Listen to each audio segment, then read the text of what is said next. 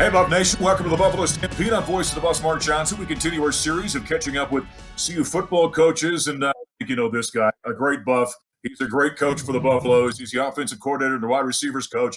Darrin Chiaverini joining us here in a few minutes. Man, Darrin, welcome. You're an energetic guy. What are you doing with all this at-home time right now?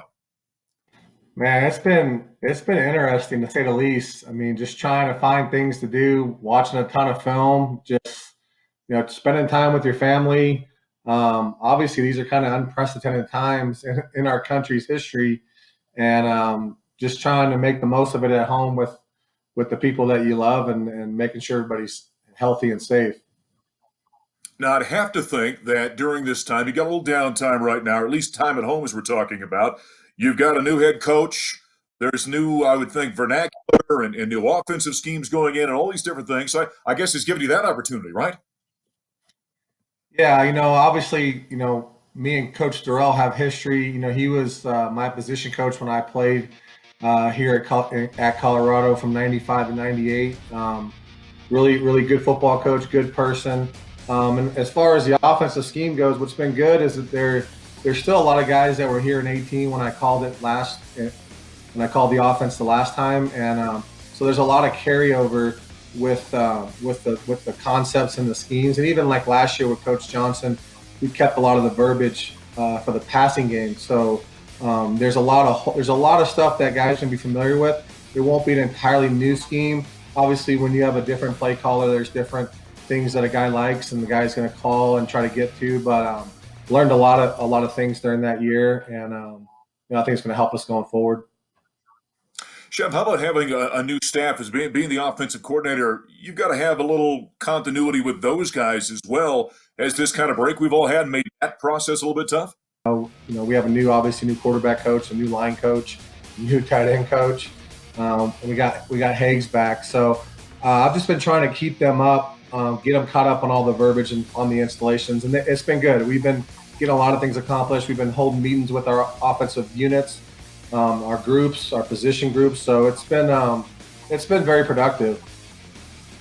So you take over the reins of this offense, and at the same time, you're seeing a fifth-year senior quarter move on and hope to have a NFL career. Speaking of Steven Montez, not a lot of experience for you guys. Two scholarship quarterbacks coming in this year, and only one of them's got just a little bit of experience. What about that challenge moving forward into 2020? Well, it's going to be it's almost a great call, right? Competition, you get to see guys rise to the occasion, and when they get their opportunity to compete for a job, obviously Tyler Lytle, like we talked about, who's been a guy that's been here, who knows the system. Brendan Lewis, a young guy who's extremely talented, that can really throw the football. And then, I know we haven't talked much about it, but we're getting Sam Neuer back in the mix as well, coming back. And I think that's going to be a really good competition.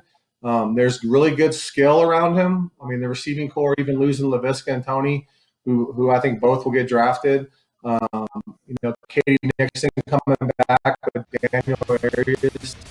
The offensive line, a lot of those guys are back. Will Sherman's back, Frank Phillips back. Kari Kutcher, who started almost every game for us last year, is back. Casey Roddick, Kanan Ray. So I'm really excited about the offensive personnel and a stable of backs that are all back. So for whoever it does end up winning the quarterback job, he's going to have a good group around him. And I think any quarterback needs that to be successful. One last question here. What are your strengths and something you've been very successful at has been being a recruiter. And so you go out and tell the University of Colorado, if there's anybody out there that's dialing up right now, make your sales pitch. Why do you think Colorado is a great spot for student athletes to play football? College towns in America, to go to school, to walk that campus every day. And on top of that, you get to play in front of 60,000 people, run behind the live buffalo, and play in front of the Flatirons. There's not a greater place to make your mark on college football than in Boulder.